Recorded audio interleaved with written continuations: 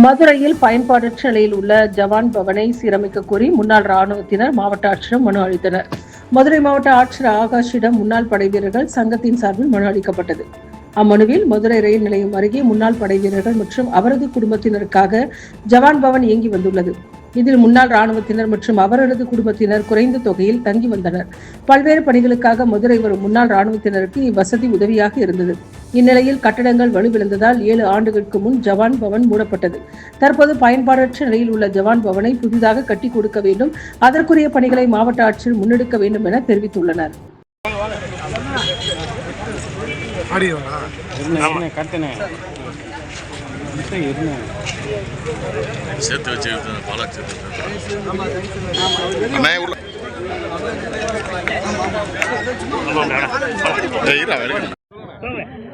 வணக்கம். நான் நாயப் சுதார் ராஜகோபால், மதுரை மாவட்ட முன்னாள் இராணுவத்தில் ஒருவன்.